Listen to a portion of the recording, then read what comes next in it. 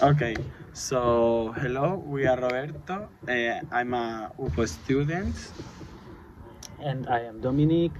I'm an Erasmus student from University of Saint Cyril and Methodius in Ternava. And today we are going to talk and discuss about the German School of Sociology. Our lecturer is Maria Jose del Pino Espejo.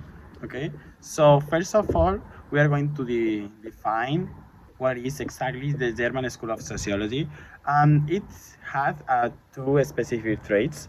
In one hand, it is part of the general humanities tradition of the German culture, and this is something that it's very from a philosophical orientation. Okay, And also, on the other hand, it emphasizes epistemological reflection, favoring the understanding of human action through Verstehen, which is understanding in German. all right. Oh, So first of all, I'm gonna speak and I'm gonna tell you all about the author that I focalized, who is Max Weber. Max Weber was one of the main formers at the German School of Sociology and is known as being an antiposition author. Okay, that concept means that it's a view in social science that it's coming from the social realm and may not be subject to the same methods of investigation as the natural world. So he was also one of the founders of this school, and he defined that sociology must be one of the modern social science. Um, he ha- he has been studied from the second half of the 19th century till the beginning of the 20th century. Okay, as being one of the main promoters to make sociology as a social science, he defines sociology as a science which attempts the interpretive understanding of social actions in order therapy to arrive at a causal explanation and its cures and effects. Okay, so after that, in 1905, Viva published the Protestant Ethic and the Spirit of the Capitalism. Okay, where basically he analyzed the rise of the capitalism and the market economy regarding the revolution of the industry. Okay, and for example, a similar sort of with and agree with Viva, uh, they were enumerating the main idea to this kind of economic system as being capitalism. So basically, Viva defines in his work some concepts. First of all, he defined as a concept gist, which means in English spirit and in Spanish spiritu.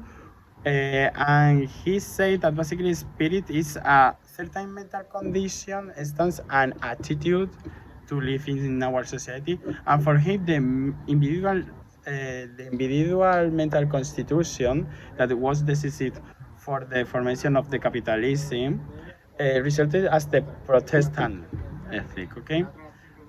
For him, the Protestant ethic is a principle of strict and godly life conduct and working ethics inspired by the Protestant faith, especially by Calvinism and Puritan sects.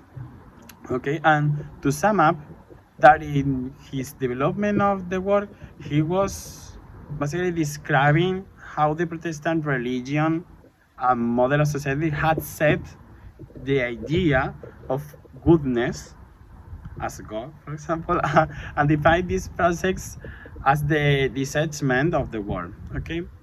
However, he discovered and suggested a new reenchantment of the world.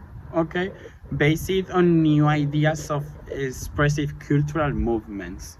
And regarding the concept of the anti-positivism, the sociologist position of Viva described that we can say that this position on a concept is basically based on the consequence of being a characteristic of the epistemological and scientific first position and point of view. Okay, After that, he made the difference between the natural and the social world, okay? Where the form is defined as being constituted by the facts. The first concept, I mean the natural, is constituted by facts, and the following one by meanings, okay? So now, Dominic is going to talk about Tonnies.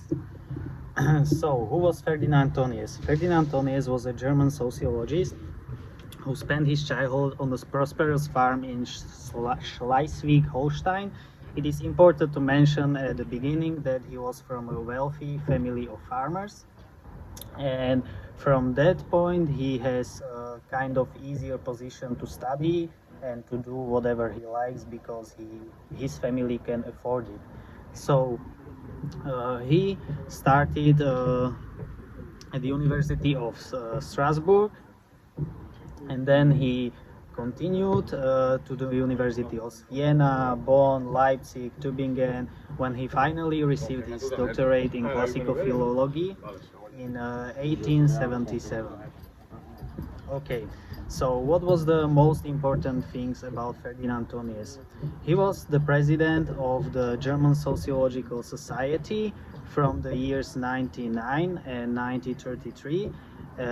It was founded by him together with Georg Simmel, Werner Sombach, and Max Weber, and he also participated in the organization of the Hobbes and Spinoza societies and was active in the Society for Ethical Culture.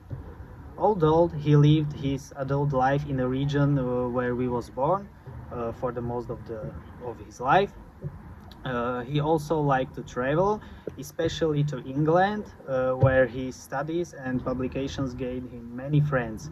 He visited also United States in 1904, and he read that there a paper of Louisiana Purchase Exposition, and then he started to correspond to a member of American Sociological Society. So he was kind of conservative, but nevertheless he took an active interest in the socialist and trade union movements, in the consumer cooperatives, and a variety of other progressive movements. He also supported independence movement in Finland, in Ireland, and important thing is that he opposed the imperial regime, but he endured to defend a German cause in World War. So basically, he was pro German cause in World War. But as the Nazis were rising in Germany, he joined the Social Democratic Party. But this rise of Nazis led to him being dissolved in 1933 from the head of German sociological. Okay, so what was his system of sociology? The most important was the work of Gemeinschaft and Gesellschaft, which established his reputation, and his system of sociology is better studied in his later works because in the 19th century he wasn't recognized that much. Only few scholars and academics know his work.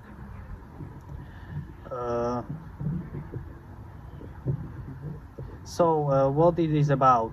It's about community, Gemeinschaft, which is a smaller group of people who shares the same values and beliefs, and they are doing everything for the others, which is like socialistic utopia, as you will. In opposed to Gesellschaft is for example city, which is like automized. There are many people, they don't share anything in common, and everybody is doing everything for its own good and own needs.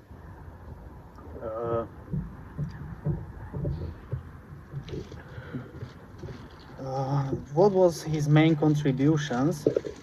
The main contributions was the concept of Waisenwille, which is common will.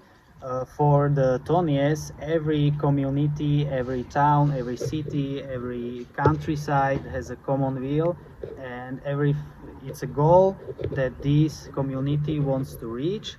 And is in opposed, there is a pure will, which is like rational choice. It's made by individuals to grant them their own needs or their own desires.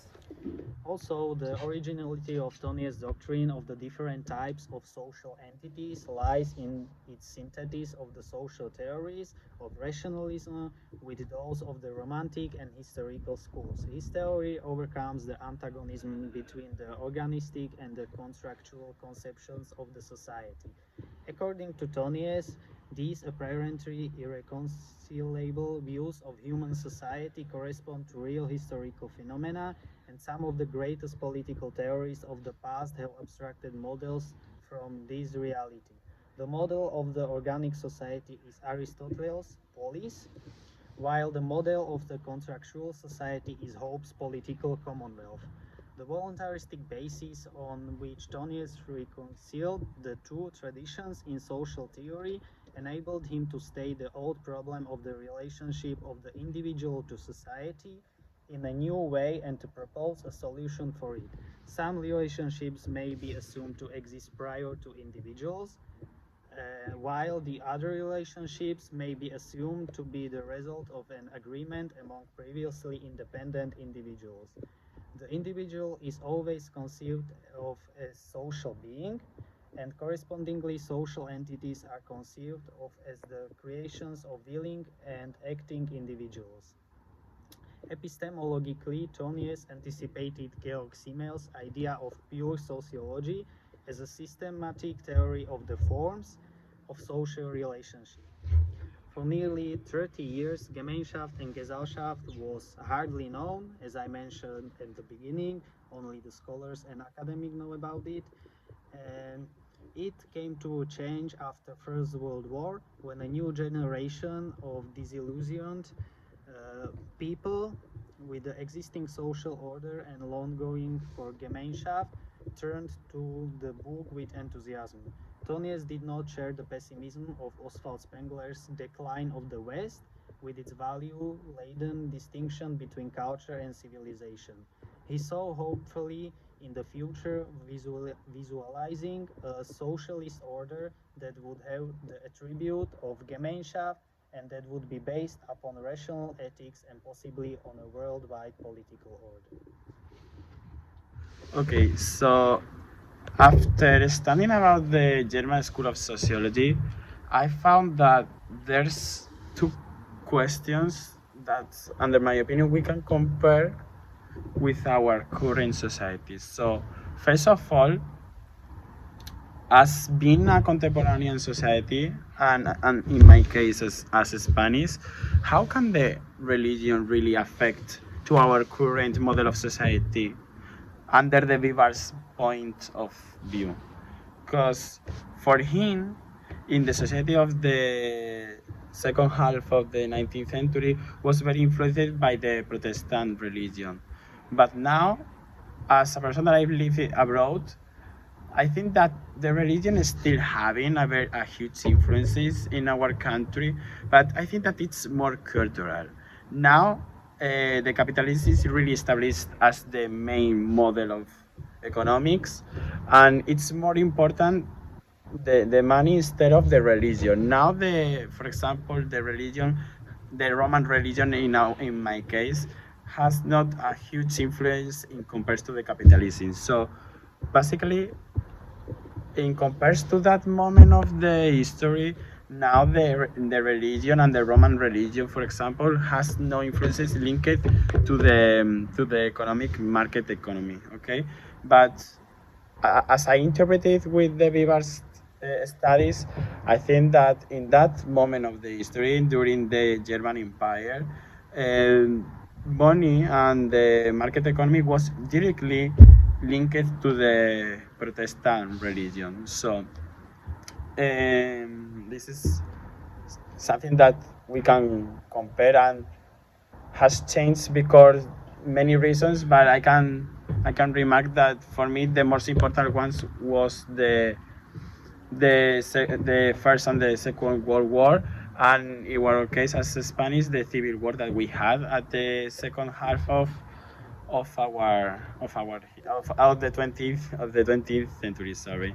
So, in another hand, I was thinking all the time another question that in reality does the German school establish any doctrine regarding the German culture? Because as I told you, as I explained you before, the how the Protestant religion affect to the model of society. I think that from the beginning of the 20th century till the final years of the 20th century, the first of the 21st century, mm, literally no one focused on that studies in the German School of Sociology, in our case as Spanish, and as Max Viva, Marian Viva, and Zimmer and Tonnies studied, I think that uh, we didn't compare our situation with them. So as Spanish citizens, I think that it, they what they studied and what they explain in the books is something that is not applied into our model of society in our country. And as I was studying Ferdinand Tonnies, he was mainly focused on the change of the society. In his time, it was industrial revolution, which totally changed how the society worked, how his Gemeinschaft and Gesellschaft was applied. And I was wondering if this theory can be used in today's world, if the today's society is also changing in a very influential way. And I came to conclusion that it is changing because as in Tony's times, they were facing industrial revolution. We are facing fourth industrial revolution, which means that in those times the workers and the manufacturers were being abolished and the people were coming to the city to work in factories. And in today's world, the people in factories are facing another problem, which is robotical and automatical labor work, which means that many people will lose their job in the future, and they will be angry and they will feel left behind because of this transformation of the society. And also, it was important that his work were not very recognized and very known during 19th century and also in the early 20th century, but this changed after the First World War because the generation of Germany people as losing power of First World War felt very felt behind, and when they starting to read and recognize his Gemeinschaft and Gesellschaft ideas, they felt very enthusiastic about it, and they need some idea to continue in their lives. And Ferdinand Tonnies gave them this idea of the socialist society, which can make everybody better. And this is why he was recognized after First World War. Thank you. Thank you for watching our first podcast. And this is the first part about the German School of Sociology and our authors. Thank you very much for watching this video and see you soon at class. Ciao. Ciao.